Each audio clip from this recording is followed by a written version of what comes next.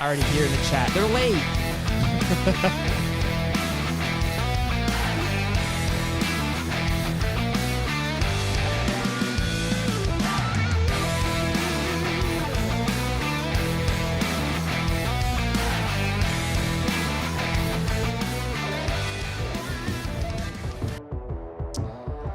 A good evening, good afternoon, ladies and gentlemen. Welcome back to another episode of High Top Sports. It's the best day of the week, baby, where we go live every Wednesday at 8:35. We have a jam-packed show for you guys today, but of course, I got to introduce the co-host of the evening, coming in at 6'2", 245 pounds, breaking the benching record, Mr. David Swoulderquist, ladies and gentlemen. Give it up for the Swole Master. And coming in with some Gator Insider today, ladies and gentlemen, all the way from Gainesville. He's bringing his Cox. He's bringing his Wi-Fi. Oh, I did it again. Mr. Zach Goodall. You kept hopping in and out. I didn't have you ready. I did it to Connor. I did it to you. Zach, what's going on, Bubba? How are you, man? Hey, I appreciate you guys having me. I'm saying any technical issue whatsoever is on me, although it really isn't on me. It's on Cox Communications. I've tweeted about it in the past week since I moved into a new apartment. My content's been delayed, man. Like, I'm out here working at practice alongside all these other writers, but I get stories out last because Cox Communications is the worst. That's all I have to say. Thank you guys for having me. Actually, that is not all I have to say. I appreciate you guys. No, Zach, we appreciate you through the Cox distractions and all. Bro, this is going to be too much fun with that can. I got to stop. Real quick, though, before we get into anything, we got a super chat before the show even started from Justin Mello. $10 says, see y'all September 16th. Put the SEC on notice. I'm loving it. And again, we got a lot to talk about today. Zach, you posted some clips. You're a little behind the eight ball. I don't know if you knew this or not, but you posted some clips of the guys throwing the ball around. I think it was today or yesterday. Guys come out of the backfield. You had some interest in that. We're going to talk about that a little bit. I want to get your opinions on the quarterback room. Shane Matthews has been on a burner lately with his hot takes on what he thinks the offense is going to be like. And what's cool to hear is On3 and other writers like yourself, y'all have a little bit of a different take. And again, you're in it every single day watching practice. So it's interesting to get two different perspectives. I want to get yours on that as well. And then we'll talk kind of all things practice with you, man. And then we'll bring Holly on to talk all things FSU. But again, appreciate you being on here, Zach and Dave. How you doing, big guy? Did you have a good weekend, man? It's best day of the week, baby. Yeah, I had a good weekend, man. You know, a little bit of fireball was flowing Saturday there at the pool, and I had to recover there Sunday. But fully recovered, man. It's the best day of the week. Let's get it. Let's go. Dave. All right, boys, let's get into it. Practice notes, hashtag 12-0. We're pretty fired up about it. But, Zach, let's hear it from you, man. What's your thoughts so far we had an open practice on Saturday. Things seem to be very optimistic coming out of that practice. How have things transitioned over the last few days following that practice in your perspective? Yeah, generally speaking, I feel as though optimism has really picked up. I see it especially in the fan base, and I know it's that time of year, but I mean, you know, I look at, obviously I've got to compare this a bit to last year, right? And I think last year, you know, people expected that they were entering the Billy Napier rebuild. Things weren't exactly during the summer, during the lead up. People weren't so like doom and gloom because they understood what was ahead. And now we're in year two, still looking like a rebuild. During the summer, fans were like, oh man, like we're in for a long year. Things aren't looking wonderful. And we get to practice, and now people are hyped up. And I'll tell you what, you're playing the clip now. I was hyped up to see this. I definitely have some takes about what the offense could look like, what its ceiling could be for this year. I believe it could be a bit limited, but I do enjoy seeing things like this in the practice setting, and we don't get to see too much, obviously, so anything is great. But I've not really seen this kind of unique deployment of players in the Billy Napier offense while he's been at Florida. Wide receivers flexing out of the backfield, running a unique like corner type of route to beat safeties and beat linebackers. You know, it's a unique kind of matchup, and it's not so much about the quarterback play, which I'm sure we'll get into, or the general scheme of the offense, but ultimately this comes down to the talent that has been acquired, to the efforts that have been putting to recruiting to restore this roster, get it to a place it should be. A huge emphasis has been that speed, that explosiveness, that agility at wide receiver and at any skill position. And now we're going to start seeing the fruits of that. Now we're really starting to see the roster turn into what it's supposed to look like under Billy Napier. Eugene Wilson, Aiden Mizell. I mean, obviously Ricky Pearsall has been here for a bit, but that's a lot of speed. You can do a lot of fun things with that. For sure. Now, you did say kind of again, the optimism is starting to ramp up. And I mentioned this a few weeks ago that we're in the honeymoon stage again, right? Because we're far enough past the end of last season to where we kind of forgot what happened. And now the excitement for this season starting to ramp back up. So you're back, everything feels fresh again. And of course, you start seeing the ball throw around. You're like, you have these thoughts in your head, and now you're starting to see in action. It's like, okay, well, my expectations aren't as bad. But look, what are some things that you're seeing that you're liking that differ from last year? Obviously, quarterback play is going to be a big one, but talk about other positional roles, the D-line, the offensive line, that we're not seeing when we watch the tape that's coming out from practices. Yeah, I mean, I still have depth concerns for this team because of how young it is. Not necessarily because I think that these second and third stringers are without talent. Like, some of them are. Shamar James being out, right? So like suddenly Jaden Robinson, true freshman, former safety, is in a bit more of an elevated role. And talented as he may be, as intriguing a prospect as he may be, he's probably not ready to play this year. That's just kind of what it is. It's a tough position to pick up, especially making the move that he's doing. But you see that in a lot of places across the roster. That being said, I feel as though last year's roster was top heavy in the sense that, you've got your Anthony Richardson, your Jervon Dexter, Ventrell Miller, Osiris Torrance, a couple of just total studs at a few select positions, and questions really across the board. A lot of experiments, a lot of changing guys at different spots throughout the year and seeing what works. Whereas this year, I do feel as though you can look at the all 22 starters and feel relatively confident about what you have. Feel as though the product is going to improve. Generally, you've got a pretty good looking starting lineup. It comes down to the depth. It comes down to there's still a couple of holes in some spots, and obviously a lot of turnover that I think will require time to gel. Sometimes that kind of gets forgotten about, especially in the transfer portal age when you see some players come in and just kill it. But there was a lot of change. You look at the offensive line, 8 departures. I think once you remove Keontae Goodwin, 6 additions. That's just a lot of change. So Sure. still things to work out. Yeah, I talked about that too because Billy has been adamant about the talent on this team. He keeps talking about it. He's comfortable. He's excited about the talent that is to come. But if you think about going into that Utah game, although the talent may be there, it's the experience of playing in a big-time game where like a Jaden Robinson, and again, the linebacker position is a very hard position to learn.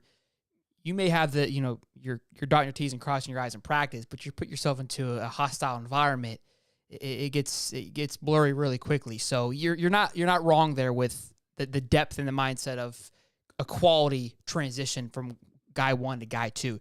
What do you got for him, Dave? You're talking about the notes? Yeah, well, I mean, questions, notes. What do you got anything for Zach on the practice part? I agree with him. I mean, I think that you're minusing some experience. You're obviously bringing in kids from the transfer portal that do have experience, but you're adding a lot of talent that's freshman talent. But at the same time, it's freshman talent that is more talented than what Dan Mullen had. The question is the experience factor. I mean, you have 3 wide receivers in here that are burners, but have no play in college whatsoever. Those are guys that are obviously guys that everybody's looking after, especially, going into Utah. Are they going to use some of these guys? I'm pretty sure they'll use Andy Jean, Eugene Wilson, and Aiden Mizell in some sort of capacity. But, you still got Caleb Douglas, Jaquavian Frazier, Ricky Pearsall, some of those other guys that are more experienced. And you want more experienced guys out there that know how to run the routes, know how the plays go, all that other kind of stuff. And then, of course, you got the offensive line. You replace Osiris Torrance and a lot of other pieces there. Luckily, Micah Mazuka now does not have on a black jersey. He is healthy. He can play now. So you got that coming for you. And I've heard a lot about the defensive line and how explosive that they've been in some of these practices. And it kind of makes you think like, well, where's our offensive line at too? I mean, it's whenever your team's doing good on one end, you always question the other end. You're like, okay, well, what's going on with this? Whether you're a glass half empty or glass half full kind of guy. But from a lot of the media personnel that I've talked to, it's feeling a lot more positive about this team than they were in year 2 than year 1. And obviously, you saw those people leave for the NFL. You saw what they did in the draft. Some of those defensive players, they did not put up that great of 40-yard times or anything else combine, like that. Yeah. Yeah, Right. so you're replacing that with more speed and more talent, just not experience right now. So, I mean, you do have RJ Moten back there. I'm not concerned about the cornerback spot. It looks like there's a lot of talent there. The linebacker spot looks pretty good. D line, I'm more concerned about offense and injuries than I am defense and injuries because I think we got a little bit more depth on the defensive side of the ball. But the offensive side of the ball, I mean, if an offensive line or offensive line, a guy or two goes down, then you're looking at some other guys that probably aren't as experienced, but I mean, Experience. obviously Yeah. we do Yep. have the 6'7", 6'8", 300-pound guys in there to replace them, which is good. That just came in from the transfer portal and the freshman class. And of course, if what if Graham Mertz goes down? You're down Hey, to hey, Max hey, Brown. hey, hey, Miller. hey. What? No Easy. jinxing. Easy, David. Easy. Don't Real quick. worry, I knocked on wood. Don't worry about that. Okay. I think Zach. a good point too. Oh, good. I feel Go the ahead. same way. That's all I wanted to say. I feel the same way about Austin Barber. I think that he is like Mhm. a A tier, S tier offensive contributor for this team. If you were, again, knock on wood, maybe I shouldn't say it. There's no wood in my car. But yeah, you guys get the point. Real quick, so Zach, I want to preface before I ask this question, but you know how Gator Nation, they're ruthless. You may have already seen the question. Sorley has a question. So, I mean, look, the boys don't play games here, okay? We keep it 100 in the chat. It's super chat $10. He goes, has Zach's opinion changed since SEC media days? He didn't seem too high on the Gators a couple weeks ago. What is your win-loss prediction? Straight to it, Zach. I mean, it's still, like, right. I ultimately don't feel all too different than I did a few weeks ago. And this is where I think the hot take that's going around, well, not hot take, but the take of what this offense can be with Graham Mertz at the helm going around. This is where I think I disagree with it. Billy Napier's offense is rooted in running the ball. Always has been, always will be. He's said that much. That's just what they do. They want the passing game to supplement it. Graham Mertz has 3 years of film of being inconsistent and more of a game managing type of quarterback. I think that the offense around him here will elevate his game a bit for sure. There's more skill. I think all in all, it's probably a bit more of a modern scheme than what Wisconsin was running. But back to my original point too, I don't think Billy Napier really runs a modern scheme. I think it's more old school with modern infusions. I wrote the other day that he takes several pages out of Kyle Shanahan's book when it comes to some of his deployments and what he does, but it's ultimately the 1990s, 2000 styles SEC teams, even 2010s, where they want to run sustained long drives, wear you down, set up third and manageable, and that's where your quarterback's going to bail you out and move the chains. That's what Graham Mertz is at this point in his career. That's what he's been good at. That's what we know he can be good at when he's firing on all cylinders. Firing on all cylinders requires the running game to be much like it was last year. Hard to ask them to do that with an offensive line that is entering the season banged up without 4 starters from a year ago and just in general has undergone a lot of change. When you've got a quarterback that's known to not really stretch the ball that vertically, defenses will start to stack the box to impact your running game and make the quarterback beat you in a sense. On 3rd and 8, basically daring Grant Mertz, throw a 12-yard out or throw this, beat us with your arm. I'm not saying he can't do that with a new location, just a total fresh start, new offense. Again, I think this is an improved team, especially an improved offense around him. But all I know from what I've seen of Billy Napier in terms of him being a play caller, in terms of Graham Mertz and what we've seen in 34 games, 32 starts, is that it's just not as it was described in that take. I think it is going to be a bit more old school, and we've seen in recent years that that just isn't as effective as it used to be. It's now you need a quarterback to win you games in the SEC. You look at the schedule. You go. It's the I believe Florida will travel the most of at the bare minimum any SEC team. It may be the most of any team in the country this year. It's just a huge combination of factors that make it tough to expect a huge jump at this point. I know that was a huge rant that didn't give a record prediction because I still am like teetering back and forth on what that's going to be. Like, I promise I'm not trying to duck that. I just want to give one that I can stick to. But it's just I'm in wait and see mode. Like I said on that pod, I want it to be proven to me that this jump is coming. I understand why that there's optimism for it, though, undoubtedly. So look, I understand where you're coming from. One, you don't want to put a number out there just yet without a full, probably off season going into play. Also, two, Gator Nation's ruthless. So if they feel your opinion could be a little pessimistic, you'll get the heat from it, and I'm sure you're gonna get heat. The chat's giving you heat for your thoughts on it. Now, look, that's just the way that it is. I'm known. Sure. Even some people tweeted today that I'm the Disney Gator. I'm very optimistic. That's just how I function. I always look at the upside of things, but I do. Let's transition into the quarterback play, because this is something that you kind of already hinted towards it. So I'm going to kind of reopen that up a little bit, because Shane Matthews, he has said it over the last few weeks now, and he kind of keeps talking about it, and we keep clipping it and hearing about it and seeing it, about how he feels they're going to throw the ball.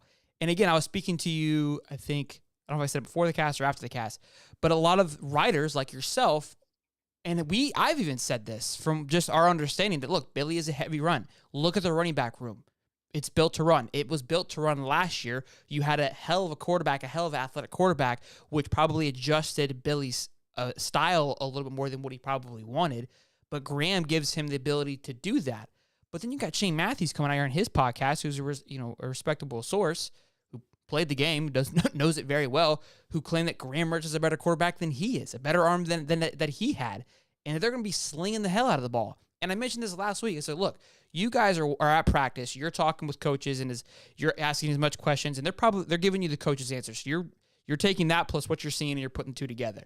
I'm assuming you got Shane Matthews, who's having a beer with somebody, and it's a different telephone game.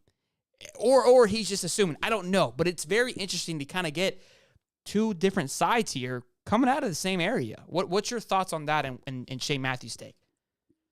Yeah, first off, ultimate shout out to Shane. He knows much more about quarterback play than I ever will. That's just how it is. I think he's got us all beat, Zach. Yeah, I guess we just end up agreeing to disagree, and I'm looking forward to seeing if Graham Mertz could prove me wrong in that sense, because like when I watched the open practice on Saturday, I didn't log, and I was keeping track of how Graham Mertz performed. I don't remember him throwing a ball that went more than 20 yards in the air, like at all during team drills. Now I had him at 9 of 15 with 2 touchdowns in the red zone, which is, again, like, that's the offense firing on all cylinders, or close to it at the very least. That's effective football from Graham Mertz. There were no turnovers. Granted, it's simulated. It's practice, of course. Also, offensive line was kind of banged up, and he was making some things work. So I understand, again, the optimism for him to be able to sling the ball around, but my favorite throw of his was probably a 12 to 14 yard comeback route to Marcus Burke. It's 12 to 14 yards, not the deep slinging it around. That being said, he threaded that thing. Beautiful throw. Sure. Only Marcus Burke made a play on that. And if that's the comparison that Shane and I can similarly draw, then I get where he's coming from with that. You mentioned it, like Anthony, right? Special arm talent. They could do a lot of things. Personally, I think the passing stats were inflated a bit last year because they had to rely on Anthony to get them out of bad situations, out of losing situations. Sure. Even with him being as dynamic a runner, it ultimately took away from how much Billy Napier wants to run the ball. So, yeah, it all, I guess, ties back to schematics paired with just what I know of Graham Mertz to this point in his career. I'm more than happy to be wrong. I understand that probably a lot of people don't love hearing that take from me, and please hold me to it if I am wrong. That's just kind of where I'm at this point.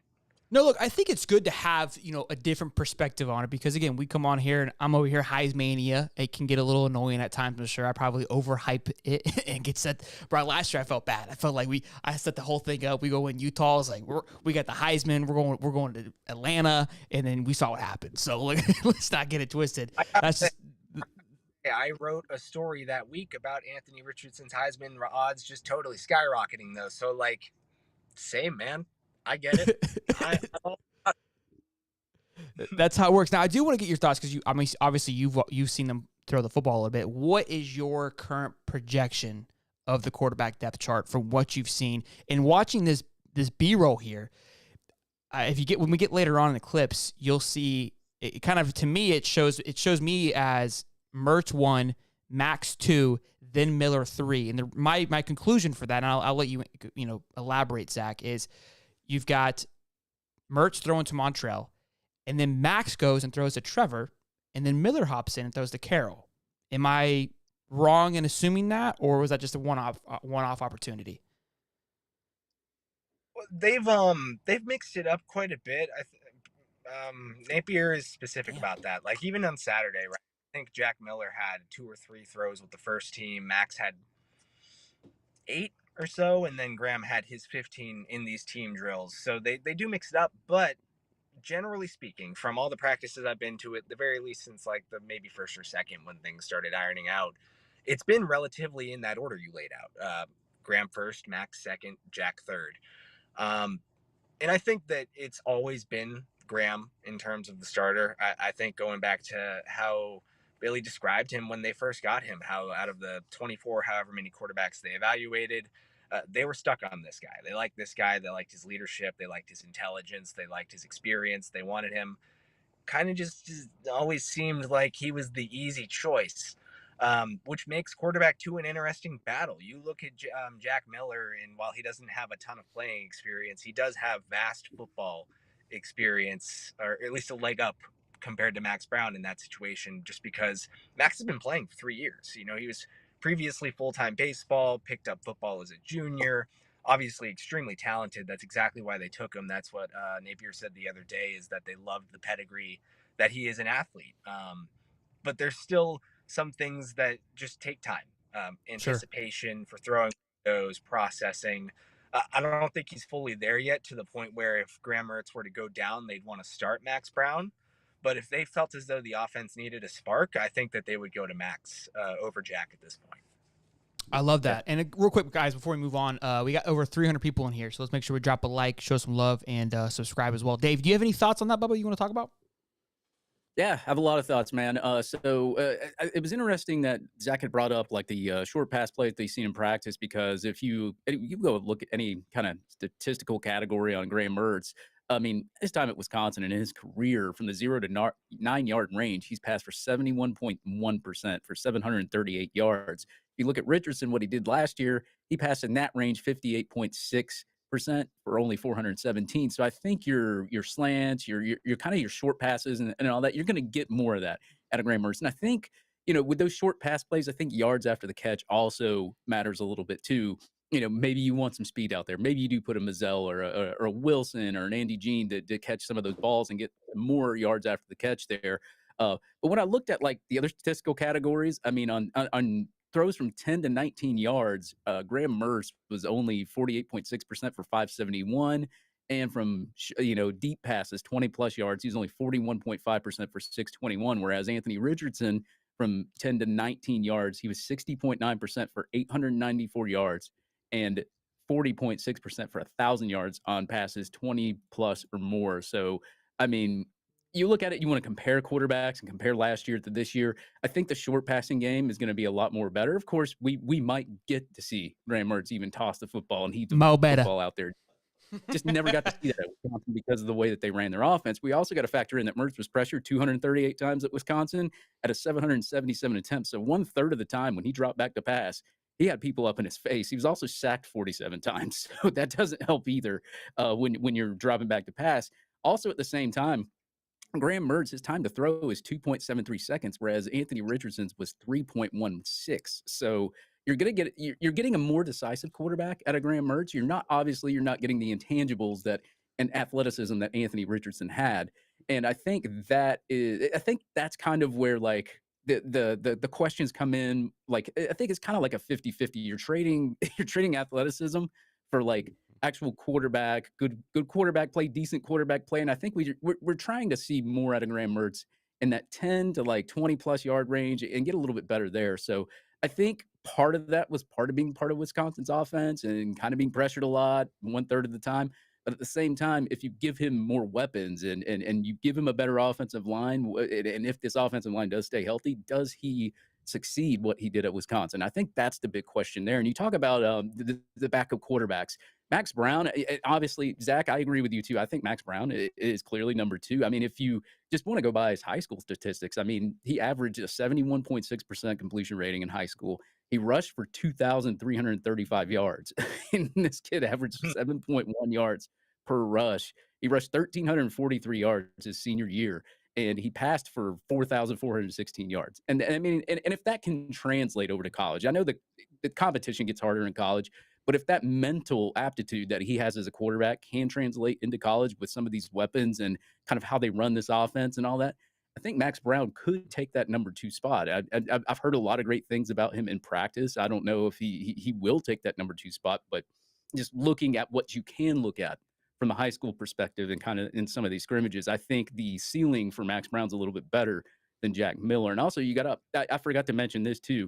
We're, this is kind of a play action offense a little bit. You run the ball, kind of play action. We'll see what they do. I heard Shane Matthews say that you're going to see a lot more throwing in this offense, so we'll see. But in play action scenarios, Mertz was 67% completion rating. He was really good at play action at Wisconsin, and he had an 87.5 PFF grade. Did he throw for a lot of yards in play action? Not really. I think it was like 500 yards. But still, you gotta kind of factor that in there too when you think about Graham Mertz being the starting quarterback. So I think it's and also I'll bring up another good point too. Anthony Richardson was turning over the ball a lot at the beginning of the season last year. Towards the end of the season, he didn't turn it over as much, and I think that Florida maybe I don't even know if they took plays away from Richardson, but they were being more careful with plays, not trying to turn the football over. And I think Anthony Richardson improved in that statistical category. And so I think now with Mertz and all the turnovers he's had at Wisconsin, I think the coaching staff knows he had turnover issues at Wisconsin.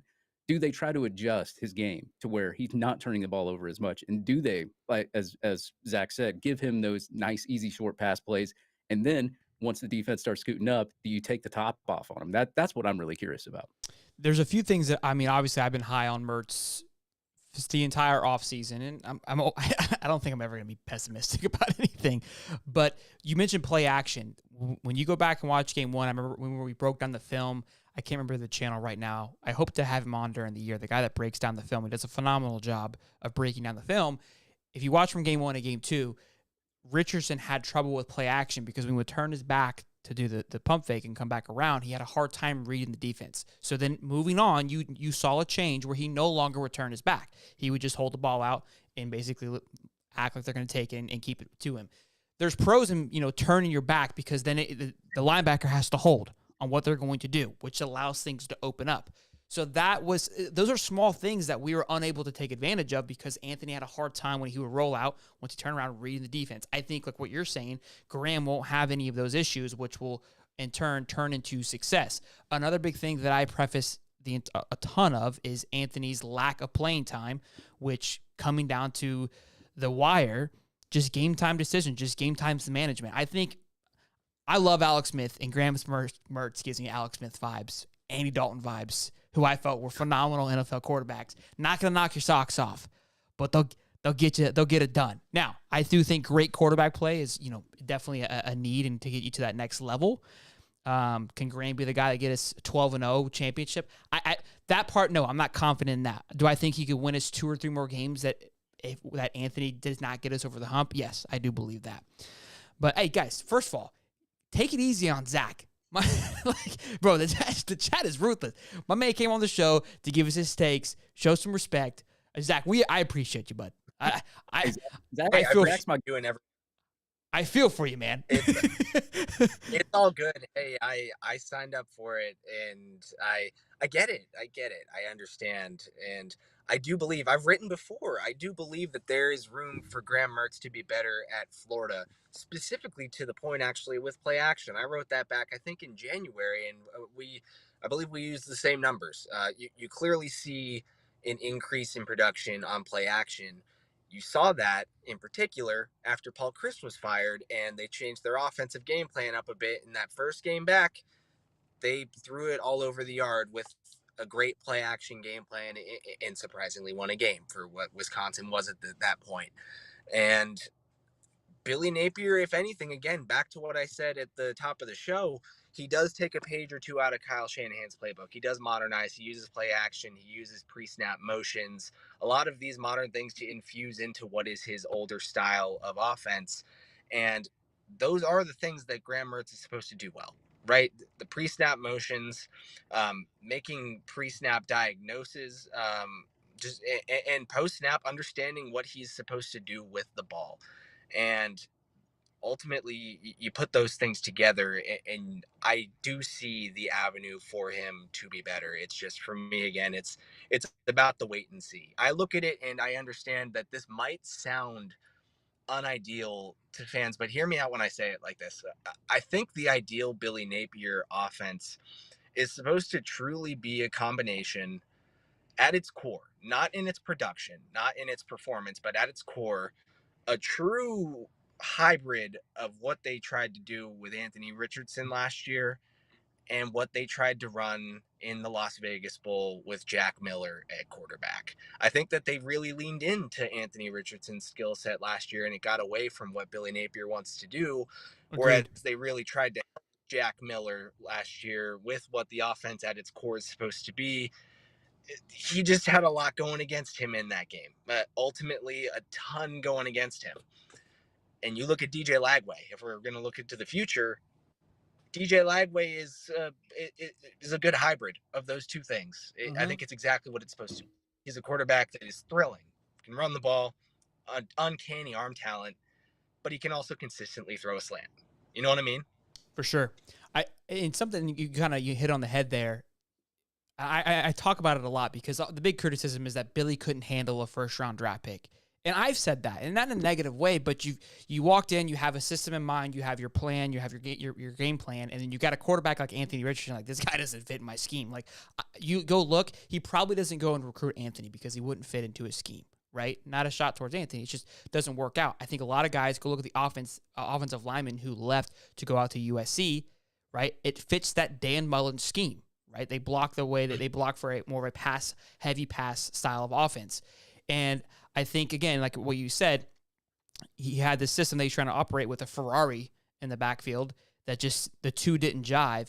And the guy that did the breakdown, I got to figure out his name so I can quick call him the guy who does the breakdown, says, look, good coaches have a system that work. Great coaches learn how to implement the players into that system. So it could be a little bit of a knock on Coach Billy, but also, too, you have to realize that the guy has to be able to establish a system before he can do that, too. So it was just the marriage wasn't at a good time. That's how I look at it. I think if Billy was already there, then Anthony comes in, things may have been a little bit different, but it was just too much collusion and too much.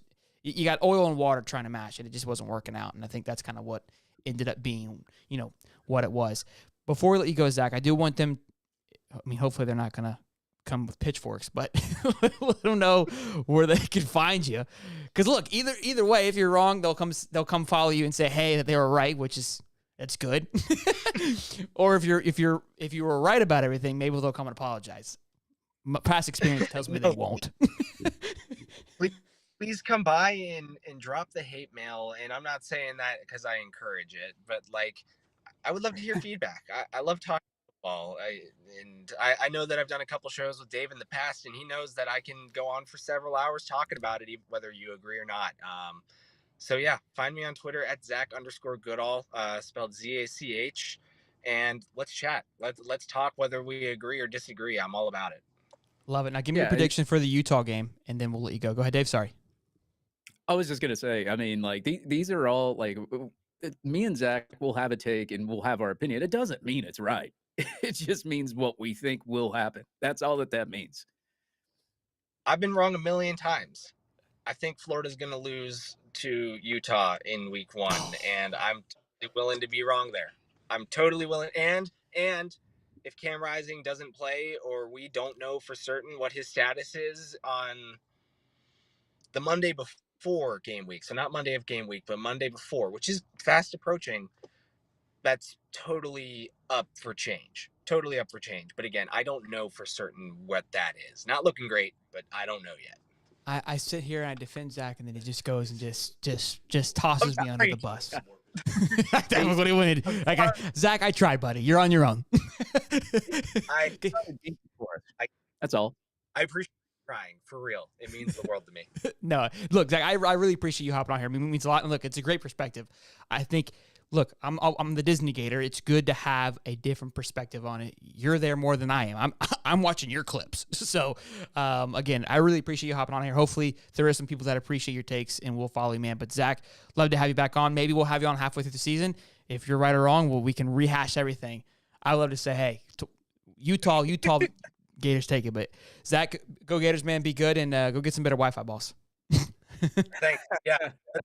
And I will have the situation figured out by then, and I won't be in my car. Good stuff, man. Be good and have a good night, boss. Thanks again. Thanks, Zach. Thank you, guys. Steve? Well, Cox Internet. I'm not, from what I can gather in the last hour or so, the Mertz conversation can be a bit polarizing within the Florida fan base. So, dude, they're roasting my boy Zach, man. Golly, you guys not a fan. You guys take it easy, buddy. I mean, Zach took time out of his day to come on the show. I appreciate it. Zach, thank you so much for coming on the show. And he jumped through hoops, man. He had to go all the way in his car just to get on. Literally, bro. Buddy went through a lot to come onto the show. He was having major internet issues to come onto the show. Really quick, guys. We got a jam-packed show for you guys still left in store. Appreciate you guys all coming out, hanging out. We got over 300 people in here. Be sure to drop a like and subscribe if you're brand new here. We're on the way to 16,000 subs, hopefully before the season. Let's say we got some Notre Dame fans, probably came via my short that I made predicting their schedule. They probably appreciated my thoughts on that. I also, too, I'm repping the MIT hoodie because I'm good at math, not spelling. So suck it. That's how you respond to that. By the way, that was Gator Nation Football Podcast, I think. But Seth Varnador does it too, though. He does football breakdowns too. But they both do a phenomenal It's job. not Seth that I'm referring to. I know Seth does it. It's Gator. Yeah, it's the other guy. Him and I spoke on Twitter. I want to have him on the show. I would love to set up. Maybe we'll talk to even Seth. Like set up like a daily or a weekly thing like after the game. I think the fans would enjoy that, of us breaking that down and just kind of having like a more of a fanatic perspective, asking somebody like, hey, can you tell me about this? Tell me about that. Because I know he does on his show. But I think fans will like it. But again, over 350 people in here on a Wednesday night. It's football season, boys. I don't care what anybody says. We're 22 days out. The Johnny Manziel show dropped. We're going to talk all about that because I thought it was incredible. It also gave me a little bit of insight of how I think Swamp Kings is going to play out. So that's going to be cool to talk about. And we'll break that down a little bit. We're going to get into the FSU scandal. I'm going to get Steve's perspective on that. I pissed a lot of people off in the last 24 hours, which was weird. a lot. I don't think that I did anything wrong. And then we'll talk about. It wasn't a scandal. It was a scandal. What's up, Dave? What's up? First opportunity. We're on the same team, bro. First opportunity. We're going to talk about your defensive lineman getting the boot. That one's an interesting one as well. And then we'll talk about, again, the Johnny football stuff. But good to have you here. Great talk about the offensive breakdown with Zach Goodall. Look, I think it's interesting, too. Let's kind of hash this out before we move on to anything else really quick. I do want to reemphasize Shane Matthews' take on this. Again, I think he realized he's starting to get some – because he's at a show every single day. It's getting more and more popular, and I think he realized that some of his takes are getting popular. I would love to have him on. I'm going to reach out to him. He's been on before. I think it'd be great to have him on before the season starts to really break down his mindset about, like, where is this thought process coming from? Why do you feel this way? Because, again, Zach Goodall is thinking it's going to be a heavy run. Nick Del Toro was on 3 with J.D. Pickle. He even was heavy on it's going to be a run game. We've said that because it feels that it's going that direction with the way that we're getting recruiting offensive linemen, the studs at running backs. Josh Prey, Barstool guy, he's a big Gator fan. He's an absolute hoot. He predicted us to go 12-0. That's the energy that I encompass. You got to have it. You have look.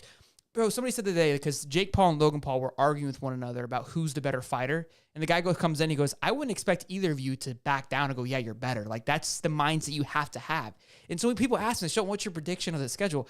I can't sit there and go, yeah, we're going to lose that game. I don't show up. I don't wake up Saturday morning, throw on my Gator jersey, put on the hat, smack my little boy in the butt, kiss my wife on the lips, little titty grab, and think we're going to lose that football game that All right, day. honey, I'm going to go take this L. I'll be back in about 3 hours. It's just not in me. You know what I mean? So when people ask, like, what do you think? I'm like, we're going to kick their ass and take their names. What are you talking about? Like, that's just, bro, we walked into Georgia last year.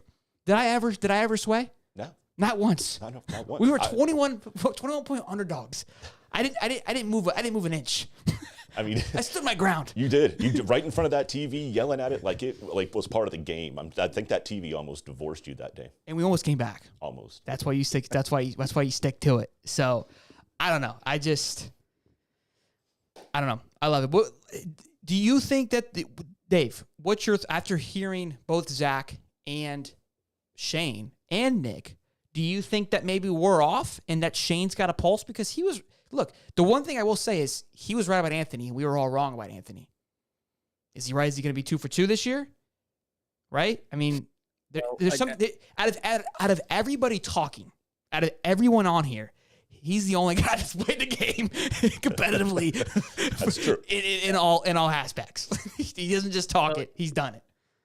Yeah, you got to put it into factor. We are guys that cover Florida. We do not play the quarterback position, so he has more insight on the quarterback position than we do. And I do trust what Shane Matthews says because a lot of the times when I listen to the pod up and he talks about something, he's right. So I mean, when I heard him talking about it, I think you got the video clip anyway. But I heard him talking about how Graham Mertz will vastly improve the offense.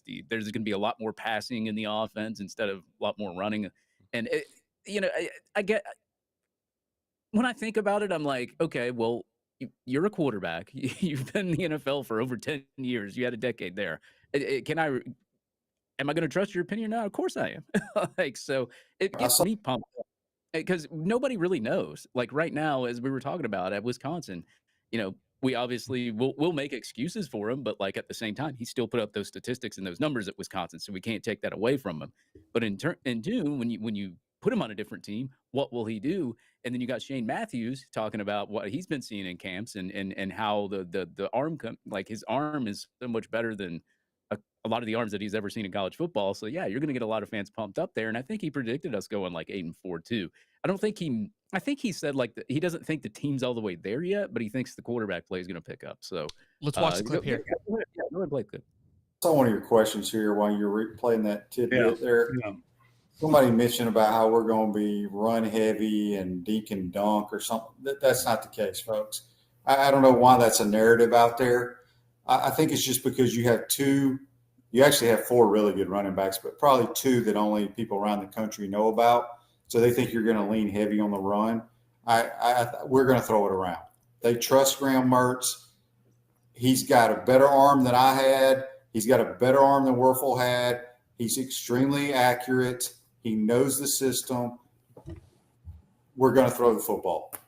I saw one of your questions now, here. Here's something to note that too, right? He's not even saying that. Here's what I'm thinking. He's saying it with conviction, as if he had a conversation with Billy the night before, and I can imagine they're both just hanging out in their sofa, their lounger, bro, like that, bro, buddy. That dude is comfy as could be, bro.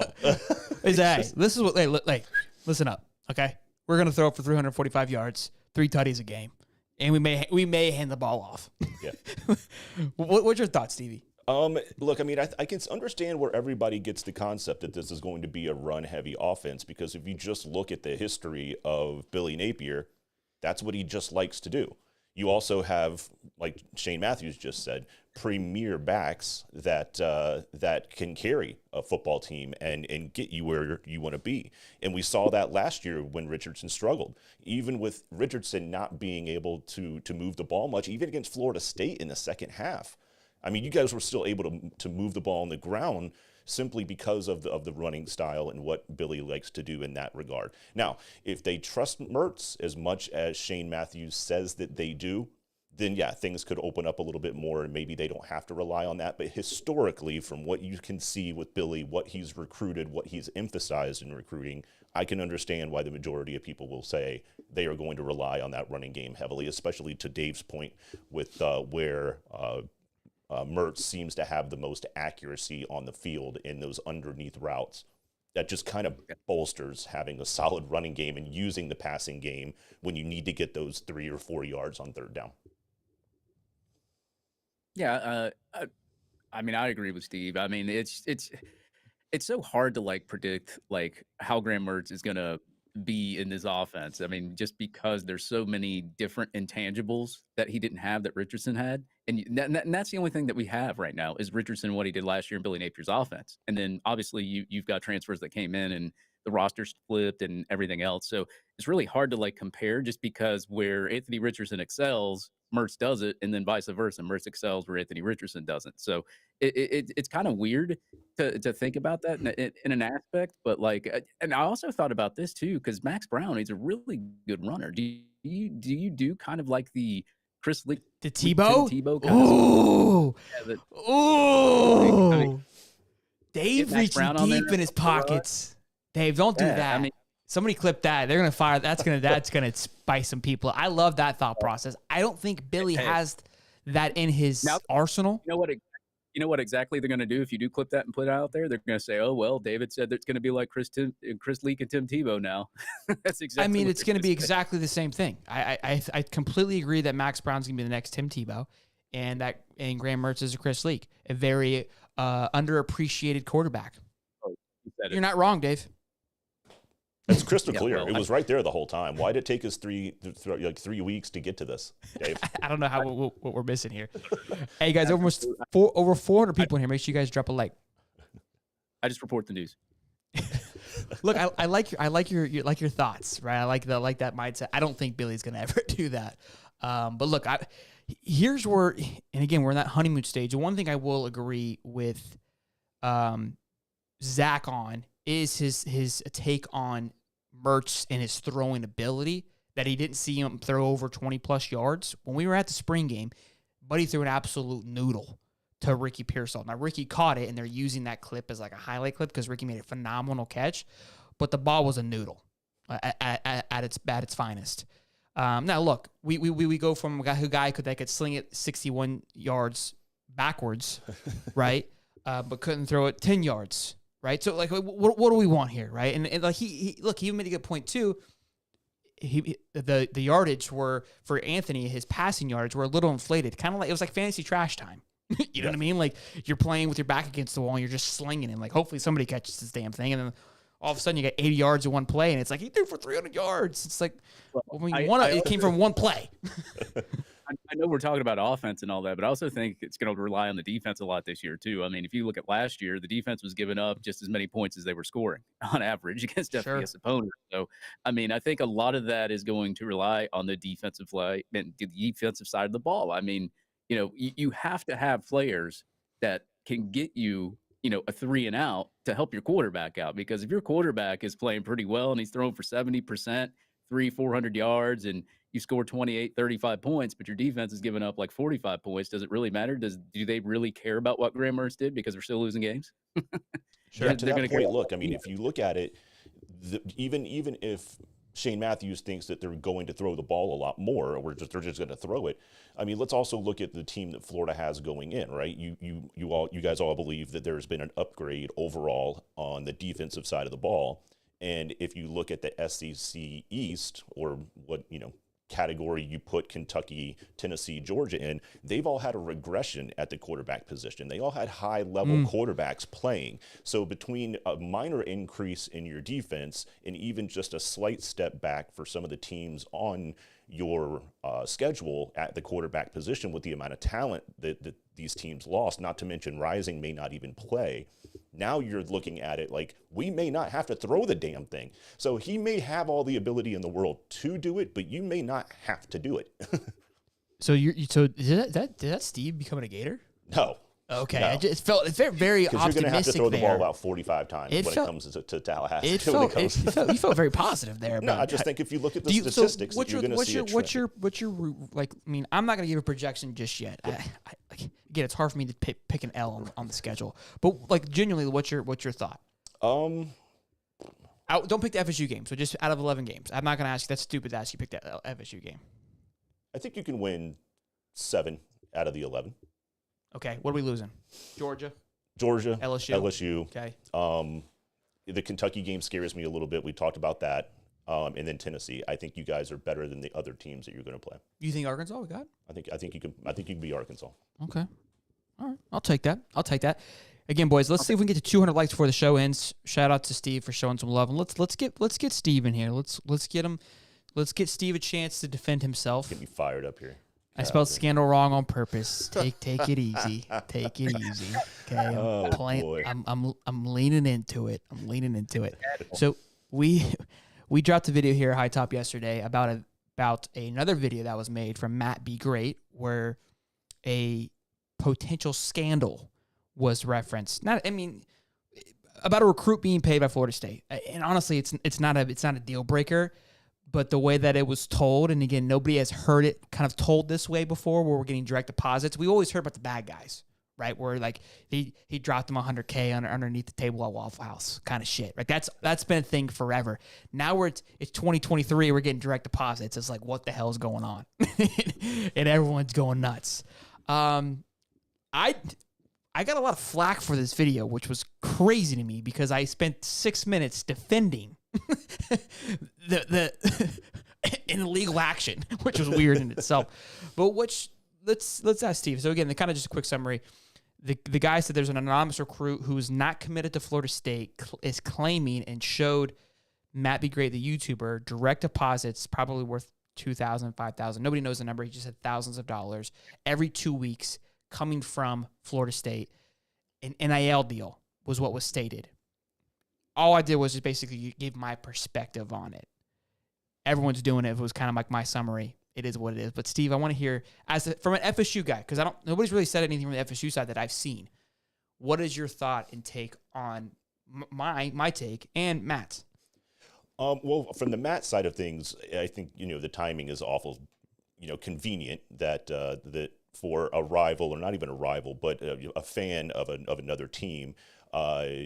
Waited until FSU had some relative success in recruiting to come out and say, hey, they're paying this kid under the table. Because when FSU was sitting at 19, 20, 22, depending on the overall, or depending on the ranking site that you look at, this story would have never come out. Sure. This would have never been a talking point. He would have wasted his own time talking about a 19th ranked class at FSU. And then all of a sudden they're up to 5. Well, now it's newsworthy. Now it's worth his time. But if he knew this the whole time, he only cared to talk about it when it was something that benefited him. Now, I'm not saying it's not happening. I'm not saying it's not happening with more than one recruit at FSU. Sure. I'm not saying it's not happening at multiple schools with multiple recruits. As a matter of fact, if you just look at some of the way that NIL has worked and some of the just massive legal loopholes that we've seen come out of it, I'd be damn surprised if that's not a prerequisite to get a kid to commit to you and come to school. They probably want to start getting paid sooner rather than later. So I'm not going to put a whole lot of stock into this. It's one guy who made one video pointing fingers when another school started to recruit well. Sure. and started to put things together, because he wouldn't have cared if we were 22nd ranked class. And the big thing for me was, if it is happening and it is being direct deposited, that's very easily traceable. Which is where I even stepped in and was like, look, he said he signed an NIL deal. Going back, and I compared it to the Miami situation, which were the Ruiz of the world, is there's a loophole in play. And this is how the whole thing, we talked about this time and time again, that look, there's a way around this. And if their NCAA isn't going to do anything about it, if you can't beat them, join them. And that's kind of where that's coming into play. And look, I think everyone is involved to a certain extent. It's just a way of the land. And that's where even Lane Kiffin talked about it at SEC Media Day. I've said this. Just put it out there, put a salary cap on it, let's move the fuck on. Now, there's still going to be cheating going on. That's just part of it. But it's one of those things that gets happening. It's going to continue to happen. I think it's too much to try to, cover it all up. And versus you not just acknowledging it and adapting to it, you got to figure it out. What are your thoughts? Real quick, though, super chat from Ty Tendell for $5. Thank you, Ty. Dave, what are your thoughts, Bobo? Yeah, if you put a cap on anything right now, too, I mean, these kids have already signed contracts prior to the cap. What are they going to do with those contracts? I mean, they're going to. You would have to start it. You have to start it for 2025, right? Like, these guys are grandfathered in at this point. Yeah, and at the same time, like, if these kids know that, like, there's going to be a cap and these kids are getting this much money, they're just going to sign as much as they can get and then just ask for it under the table anyway. So it's like, you're not really going to eliminate a problem, really. Yeah, sure. It's just going to be like, it's just going to be like it is now. But with that whole YouTube video, I don't know how much stock to buy into that thing either.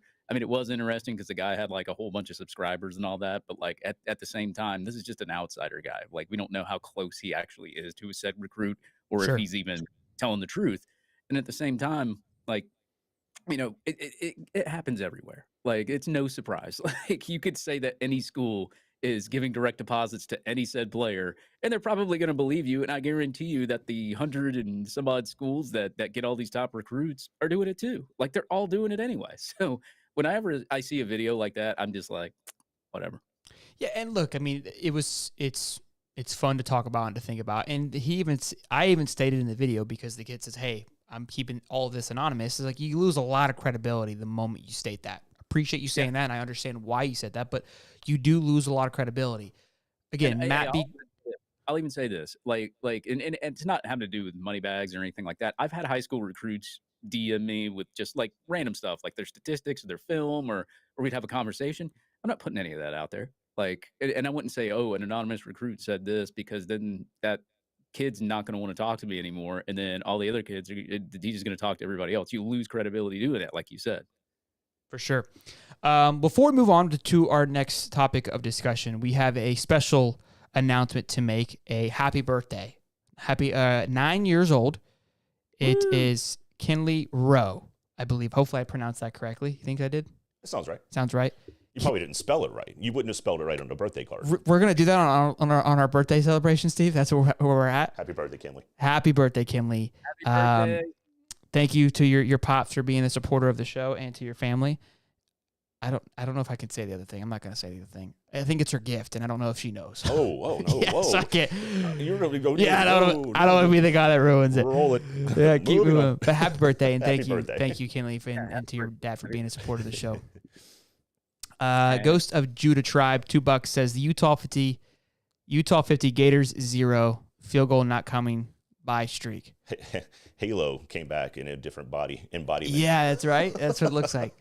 I mean, I don't like to boot people. Halo is getting kind of weird. They're kind of talking shit. Like, let's try to keep it. Look, he watches the show. We can't boot him. Well, Halo was getting too much. I had to boot him. But Ghost, I don't like to boot people, but let's not piss everybody off, please. Thank you. And just for the record, I want to point out that Halo is not me. I was sitting here the whole time, like right next to Shelton. The conspiracies in the chat were incredible. It's a scandal. Let's move on first, Steve. Let's go back to Steve. So you guys got a defensive lineman who transferred from Miami to Maryland, or Miami straight to you guys? I think it's Miami straight to you guys. Maryland and Miami to you? Maryland, Miami, yes. Okay. And big pickup for you guys on the defensive line. Was told yesterday, right? Yes. That he could no longer play because he broke violations in his transfer, etc. With the waiver.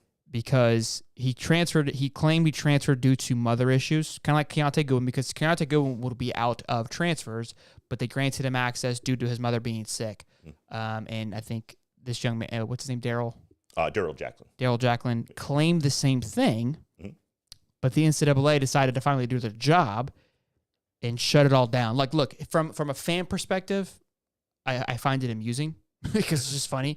But I feel horrible for the kid, like genuinely. Like, that's what's tough too, because there's always the repercussions a kid involved. So I have to remember, like, I'm not here to shit on kids. It's funny to see like FSU fans talk shit and then bad things happen to them. Unfortunately, it's a kid has to be usually the the brunt of it. But what's your thoughts, Steve, on that?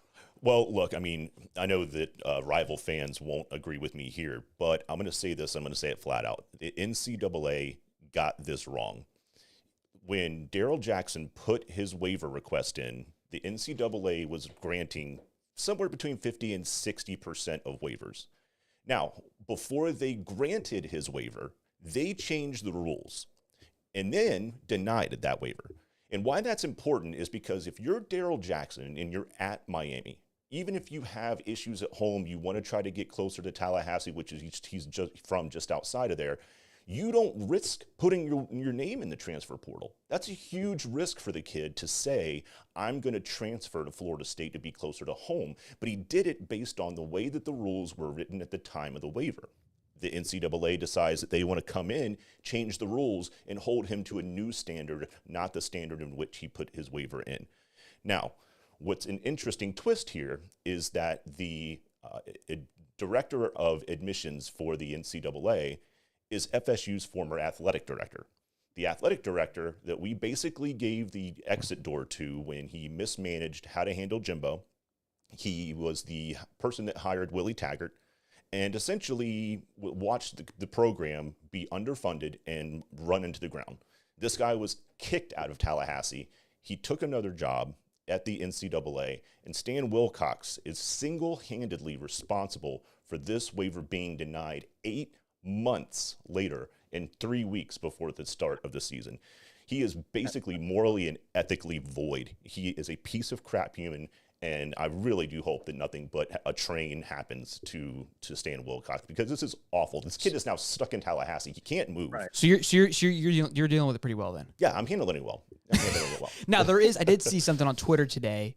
Shout out to the boys over at Double Slaw in a glizzy. Look, I give those guys shit, but Harlan obviously I guess he's a fan of the show. Yeah, Love me some Harlan, and those guys do a great job over there. TJ tweeted out that he can play if you guys make it to the playoffs, because it's no longer within the season. Within the semester, yeah. There was a loophole there, and this is the end, right? Because he's got to go to the draft after this. He's got eligibility. He just won't stay. I mean, we've already had scouts at FSU practice specifically to watch him. So where's he going to go? He'll go to the NFL. So that's what I'm saying. He's leaving. This is his last year. This will be his last year by his own choice. He does have eligibility left, because he can use a red shirt for this. He can use a red shirt to not soak up eligibility since he doesn't get to play. Got you. Yeah, look, I'm not a fan of it. Again, I love that you guys are having a bad news, but like you just said, you take the risk when you enter into the portal because of these actions. And again, you probably wouldn't enter if you felt like something you wouldn't be able to play. I don't think you allowed a kid to move, to transfer. You guys been playing in practice, and then all of a sudden you're like, you know what? You can't do that anymore. They are appealing it, though, you said. What's that? They are appealing it, though. From what I can gather, we've already gone through the appeal process. This is a final determination of the appeal. Okay, so it must have been being talked about for a while, and the hammer, the gavel was slammed today. So yeah, that was it exactly. Now I do want to point this out. Just within the last couple of hours, a press release has come out stating that U.S. Senator Marco Rubio has sent an official letter to NCAA President Charlie Baker in response and a request of the hardship having a second look. Florida State has a senator on their side at this point, trying to get this kid in, because look, again, it's just, you can't switch the rules and then hold everybody to the new standard. Yeah, go ahead. Go ahead. No, you go ahead, man. No, mine is not about this, so go ahead. Oh, okay. Yeah. I don't really have much to say, man. That is, I agree with that. That is pretty messed up. I mean, especially if you put that in before the rule is changed, I don't think the new rule should apply. I think the old rule should apply if you put it in way before that rule. And on top of that, like you said, with him getting let go, you knew there were sour grapes there. So he probably did that on purpose just to mess with Florida State, whatever. But like, what I hate is there's a lot of immature adults in college football, like that guy. You got guys messing with kids' rankings because of certain things, and then you've got coaches doing underhanded things. Like, there's a lot of immature adults that. And this is where you want to step in. Yeah, and this is the part. this is when the NCAA wants to do their job. No. Yeah, I'm not a fan. The pettiness in me loves it, but I do feel some sorrow. Real quick, so Row Outdoor says thank you. Y'all made her whole day with the shout out, and yes, she definitely knows she's going to the game. Okay, good. I didn't want to be the bear, the guy. I mean, it wouldn't be horrible, but it would be a hard thing to kind of probably keep a secret too. I saw one last thing before we wanted to move. Oh yeah, so Zach Goodall, who was just on the show, yeah, I know him. He retweeted our thing. He says, "Sorry, I couldn't plug this while my segment was live. Blame Cox." Cox commented at Cox Help commented on it. Says, "Hello, Zach. I'm sorry if you're having issues with your service. If you are, please let us know so we can help." Well, this is amazing. This is perfect. Like, at this point, boys, like, what can we not do? We piss off FSU fan base. We piss off Miami fan bases, right? We're basically we're piss off your own fan base. We're wishing kids happy birthdays, right? We're making kids' days, and now we're over here fixing Wi-Fi. Give me another show. Show me another show. I feel like 3 weeks ago I got a guy late on the show. Show me another show with this much range. You can't. I'll give you all damn day. Oh gosh. With the spelling ability of a first grader. So suck it, again with that. Good. Oh, I love it. You got Again, it we well got later. over 300 people here, not 200 likes. It's free. I just smash it. All right, we have to talk about this, boys and girls. Johnny Football. I have been ecstatic for this.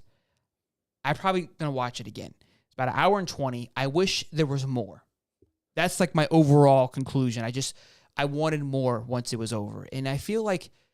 I remember I watched the Manti Te'o one, and I loved it. It was really cool insight to everything. But I also didn't follow the Manti Te'o because I didn't care when it happened. So I think it was a great summary. It's like, oh, that was cool to know. I was there with Johnny. Okay, I don't know if you guys saw me, but I was in the dock. I was right next to him, and so I followed it very closely, into the NFL. I lived it. So all it was just reminding me of what happened. I'm sitting on the couch with the wife because she was excited. She didn't really follow along. And I'm narrating it. I'm like, yeah, babe, this shit's crazy. He was a freshman. Nobody was allowed to talk to him. It was this myth and legend. It clips over. It's yeah, couldn't talk to freshmen. It was this mythical creature, Johnny Football. Everyone wanted to know about. I was like, what fucking telling you, babe? Right? I was losing my mind as it was going along. And then I go, yeah, it's his family was rich and all this shit. And this was the groundbreaking news. Pops over to the best friend. He goes, yeah, so they were wondering where all this money was coming from. So I made up a lie that his family was rich. Bro, my mouth hit the floor and it rolled like the cartoon shit. I get done telling my wife, I was like, yeah, he's ton of money. That's why he was just a kind of a spoiled little brat. He wasn't. He was just selling his signatures for hundreds of thousands of dollars and just living like a king. Look, there was definitely some cool insights. That was one. My favorite take from all of this, and nobody has hinted on it yet, is the Browns flew out to do a private workout with him. Buddy was just on a massive bender the night before. Shows up, pouring sweat, drunk. And then his agent and lawyer there, and they go, where are the wide receivers? He's like, we're fine. He had his lawyer and his agent running slants. And Johnny was throwing to his lawyer and agent. And the Browns go, that's our guy. And drafted him. So if you have any questions of why Brown's organization is dog shit. Amazing. It's literally within a 30-second clip. But it was, but he's 5'10", 185 pounds, soaking wet, throwing to a agent and a lawyer. Out there in dress shoes, and more than likely. And his chinos and leather jacket. And Johnny Football is just slinging the rock. One of the announcers for, or news beat writers for A&M asked him afterwards, how'd it go? He goes, fucking crushed it. Bro, it was unbelievable. And then my other favorite part was the editor. Kudos to the guy who edited it, because he basically was in the mind of Johnny and just that persona. He hung out with him long enough to get a good vibe of who Johnny was. They're going back and forth, and he goes to the agent. He goes, yeah, I'm talking to the coach. The coach is like, he's not watching any film. This is my favorite. Brett's like, what do you mean he's not watching any film? He goes, he has 0 hours logged on his iPad. Clips to Johnny. Johnny goes, 0. Just perfectly in tune, they were just talking with one another. No way, can't be. There's no way. And then it just goes to him by himself. 0. 0 hours. So good. Yeah, that was funny. How much film did you watch? He's like, none. 0. I like that part. And then there was the part where basically the way that the whole he's rich thing came up was because he decided, I'm going to start selling. Somebody offered him $3,000 to do autographs, and then somebody brought him down. Was like, he goes, "You're getting ripped off." Yeah, and then so basically the NCAA caught on to this because he was just being obvious about it. He was just living. He was living like he was already in the NFL. That's when they had to create the law. They were like, no, he's got money. And then it was like, look, we'll show you all the direct deposits. He was giving his grandfather $100,000 at a time and be like, Grandpa, you got to deposit this in my account. So it looks like that you're giving me this money. Nobody asked a question. Not a question. What? But your defensive lineman. Can't win. Gone. I was going to say that this makes no sense in the history of the world. He got a half a game suspension. The best part, too, is they're going through, and he's like, my grandpa, he goes, fucking G. One shot of his grandpa goes, and that's it. Bro, they set this phenomenal shot up for Gramps, and all he gives us is a fucking wink. Gramps doesn't say a word for the rest of the show. It was good. I wish it should have been 2.5 hours. Bro, you could have gave me a 6 1-hour short story. I would have. Oh, I'm dialed in for 1.5. Yeah, I would have. I'm gonna consume it again. I was getting hyped up watching it. Just the story of being a nobody and just slinging the ball and just playing backyard ball and just kicking everybody's ass. It was a blast. Dave, sorry. Yeah, I was just gonna say he's a savage, man. Oh, dude, I the whole time I'm like, this guy's a fucking crackhead. Like, he does not care, and I love it. I love his energy. Real quick though, super chat from James Ridge says, "What's up, fellas? Just wanted to give you two goofballs some love and support. Maybe hint to your audience about some exclusive interviews that were passed." Ooh, no, I'll stop there. Love you guys. Look. After this weekend, I'm pretty fed up, James, with some things that went down. But yeah, we had some stuff lined up with some interviews. I'm fed up. Talk about rules and bullshit. I'm not happy about it. I'm trying to bite my tongue like James just did. But yeah, we had a lot of things lined up that got railroaded for no reason. I'm not happy about it. I don't want to get into politics, but yeah, I was pissed. But look, so the reason why also, I mean, obviously Johnny Football is Johnny Football. But it kind of has me a little, I'm not as excited for Swamp Kings as I was because of the Jake Paul doco and this doc. Not in the sense that they're probably going to break some bad news. I just don't feel like we're going to get enough. And that was a question mark, is that are they going to just give you like a summary because it has been so long? And so the people that weren't in it like we were as fans will appreciate it. Like, I talked with people today at work, and they're like, yeah, I love the Manziel doc. I love the Jake Paul doc. It's like, I already knew all these things, though. Now, Johnny did have some tidbits, right? Sure. The zero film, the bender, showing up to practice hungover. Even Cliff Kingsbury's like, yeah, but he just showed up just pouring sweat every day. I was like, you better fucking kick ass, and he did. Those things were funny, but those are tidbits. I don't know what they're going to grab from an hour and 20 for Swamp Kings. Now, Swamp Kings might come out in 2.5 hours, and I'll take back everything that I said. We'll see. I think Dallas Baker, his tweet was a little cryptic, so that tells me there could be a little bit of jabs that come from it, because he tweeted out that he said some things that he thought were funny at the time, but he realizes now they're not funny. So I don't know if he was kind of, I don't know what to take from that, but how much is Urban, think about it. Brandon Spikes did it. He just got a job at UF. I mean, is it really going to give you enough? You know what I mean? Does he get you following, Dave? Who? Brandon Spikes? No. Are you here? Yeah, I'm here. I was telling somebody was asking how you get this hat. I was letting them know. Oh, I know. My thought, like how the Swamp Kings will play out. Like, will it be what we originally thought it would be, or is it going to just be a quick kind of skim of that 3-year period or 4-year period? I'm just like, I've seen so many documentaries of this though too. It seems like, and I'm hoping it's a little bit different. I've heard that it's going to be different, and there's going to be a lot more, I guess, like juicy stuff in it, whatever. But I just hope it's good. I mean, like, we've seen the Johnny Manziel thing; it was pretty good. So this has to be good. Yeah. So the Johnny thing, though, like, what was good about, because the Johnny thing was extremely scandalous, but they just leaned into it. Like, nobody cared, right? Johnny didn't care like how bad it would look, and it's almost like amping up Texas A&M again, because Texas A&M almost removed themselves from the situation, and they didn't interview the head coach, just Cliff, and Cliff doesn't even. I mean, he's completely disconnected from everything now, and it didn't make A&M look bad. It just looked at like Johnny. I don't know. It made him look pretty bad because think so. Yeah, because they knew he had a problem. They knew he had an alcohol problem. They knew he was doing things that were going to break NCAA rules that could get the school in a lot of hot water. But he's playing football, so nobody had the balls to reel it in, because he was making so much money for the school and the coaches and just everything overall that nobody could control him, and that is a bad look. Somewhat. Well, I mean, they did fire the head coach, and then they got in a coach that never breaks the rules. Is that Jimbo? Yeah. Well, look, his dad kind of like went on a little bit of a rant saying, I sent my son to college to become a man, not because they kind of cut him off. So there was a little bit of jabs. Maybe I'm blinded by it, but I felt like Johnny Football was such an icon that he's uncancelable, right? Oh, yeah. Plus, he's taking it on the chin. He's saying, "I'm ready to put that chapter behind me, and that's why I'm willing to sit in front of this camera for you guys." The Florida. Isn't he playing like a USFL or where's he at? He's chilling, he tried to play. He shut it down. He shut down everything. He's opened up a bar.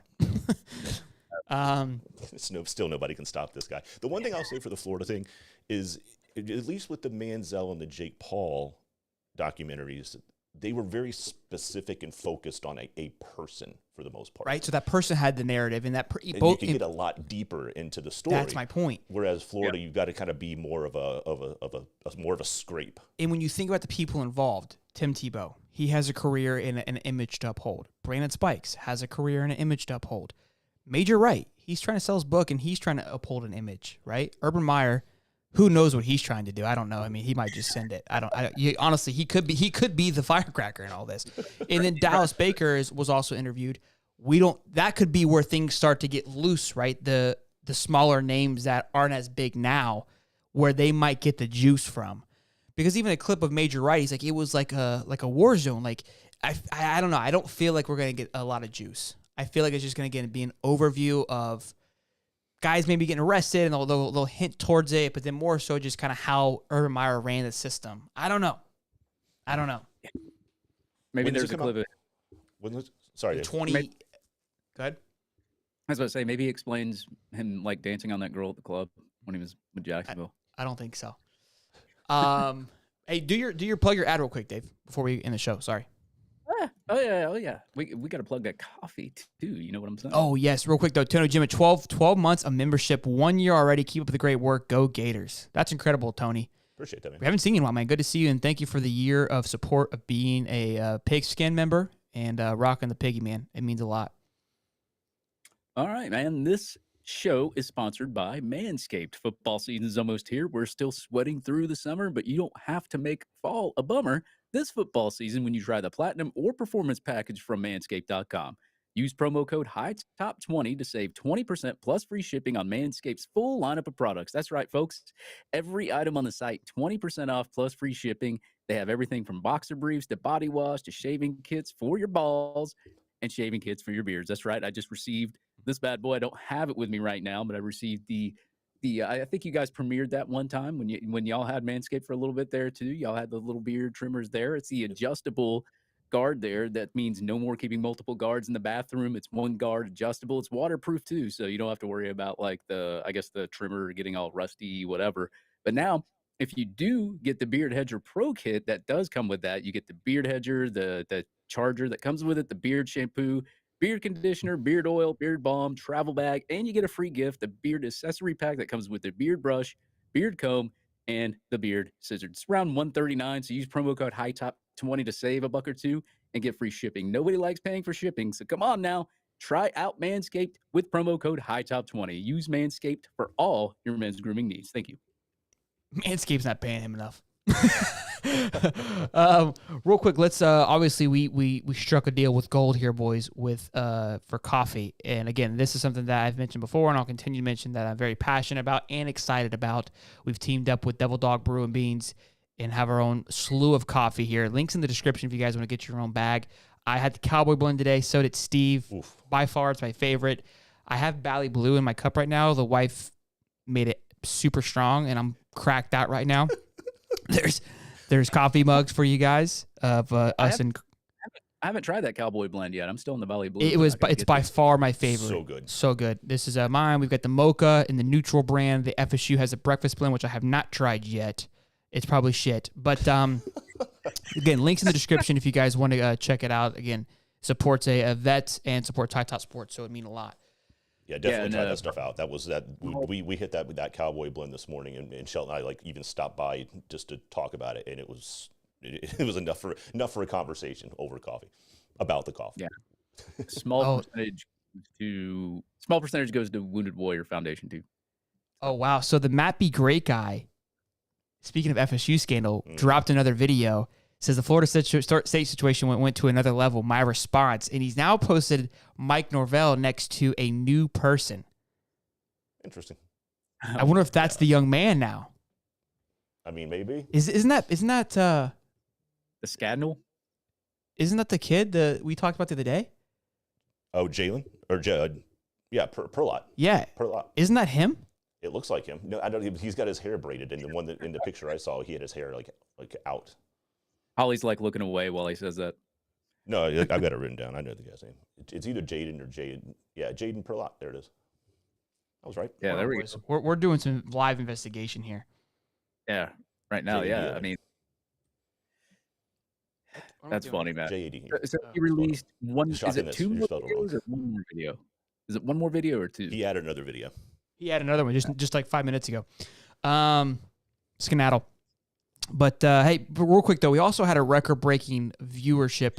We're on Spotify, iTunes, and for listening purposes, I know a lot of you guys listen on there. I appreciate your support. We had the most listens we've ever had last week, which was really cool. I mean, hopefully we continue to grow. But let's move on to Dave's favorite segment, Tweets of the Week. First tweet we have. What's that? It's not as good as last week, but I got what I could get. He's only saying that because we yelled at him earlier. He sets the foundation well. He really gets this thing off the ground hot. Yeah. Way to sell him hard, Dave. Way to really press the iron when it's hot, you know? Freezing cold take, man. Bianchi. A lot of people love Mike Bianchi out there in Florida Gator Nation. I just said a big, bold-faced lie there, but he said Georgia needs to enjoy the superiority they have in the SEC East right now because Dan Mullen is going to quickly turn the tables in that rivalry. Yeah. That happened, didn't it? Oh, I think it's a flashback from like Oh, wait, 2019. I'm looking. I'm like, hold on. So okay, yeah. It's an old. I was like, wait, what? Okay. This guy doesn't know who the coach is anymore. But I realized it was they're reaching deep. That's what's scary about Twitter, bro. They own. You put it out there, and it's theirs now. They'd be reaching. They'd be reaching for it. I don't even know if he's still. He was at I think the Orlando, whatever there is, the Orlando. Oh, it is the Orlando Sentinel. Yeah. I don't know if he's even still there anymore. Good stuff there. And then next one we have Dave. Read it and weep, man. Which fan base brags about 20-plus-year-old college football championships the most? This was a landslide, man. 872 votes. 89% voted Miami over Notre Dame, USC, and Oklahoma. Unreal. Do you hear a lot of Oklahoma, USC, or Notre Dame fans talking about their team? Because they actually win something. Miami doesn't win anything. So USC is bad, but USC's fan base is worse than Miami, so that's why you don't really hear about them. We hear about it from Austin. Yep. Oklahoma's pretty bad. I just don't think we have enough of them. Like there isn't a lot of them. Miami is like an LA team where it's a fashionable team. Yeah. So you got somebody rocking a Miami hat, and you're like, how? Why? Yeah, and they just because they got 5 rings, bro. Got 5 rings. So with Oklahoma, the one thing I can say is that even though they haven't won a championship, they have had a lot of success. Yeah, right. Agreed. Plus with USC, especially for a lot of the folks that are in this channel and in the chat, we don't just get like you said, we don't get a lot of USC fans. We live around the Miami people, hearing it all the time, so we're going to take our shots there for sure. Again, guys, we got over almost 300 people in here. Make sure we get to 200 likes before the show ends. And before the show ends, we have, I think, 2 or 3 spots left in our fantasy football league that is only for our members. It is 14 league team, $25 buy-in. And so that all the money will be going to first and second. Plus, I think we're going to throw in $250 as well. The draft will be September 2nd at 8:30. We're going to be doing that live. Steve and I are managing a team, co-managing a team. Is Dave doing a team? No, because Dave doesn't know what the NFL is. Cody, the professor, he also has a team as well. But like I said, there's 2 or 3 spots left. Everyone was pretty spot on today, sending me money and let me know they want in. So let's get those last few spots filled up and rock and roll. Brady, go ahead. Yeah. And actually, I'm going to join that league and no, you're not. Pick no, you're not. Whole bunch. No, you're not. No, you're not. No, you're not. No, you're not. You're not. No. Go find some tweets. No. No, I just reported. No, nope.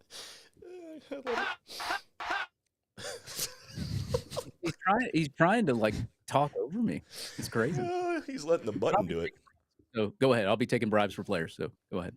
That's exactly why you're not playing. Brady says, "Bro, Dave's hat. Let me get one." What's funny about those hats is we got a lot of flack when I went out and got these hats, and now everybody wants one. But we had to. These hats were custom made. I put a lot of time and energy into them.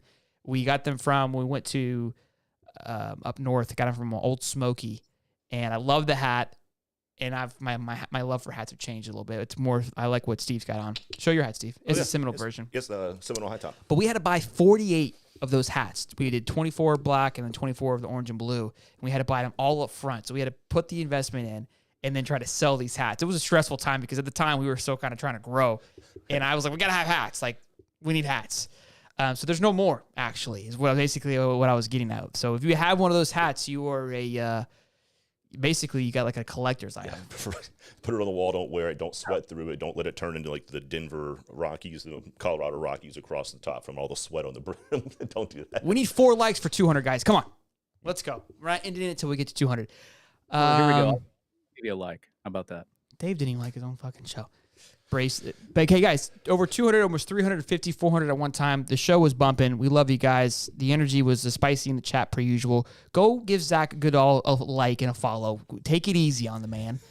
And again, appreciate you guys being here as always, live with us every Wednesday at 8:35. Means a lot, means the world. Again, every time we click the live button, I have no clue if people are going to show up or not. So we always make sure that we appreciate you guys. Happy birthday again to Kenley. Happy 9th birthday.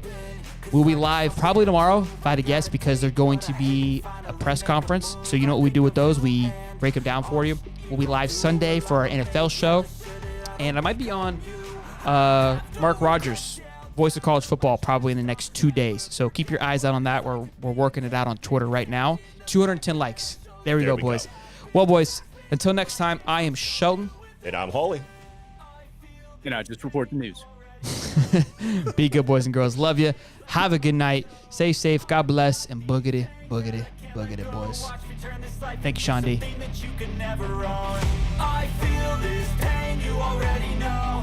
Turn that to gains, let my money show. I've got these things that I can't let go. Watch me turn this life into something that Go get some coffee, baby.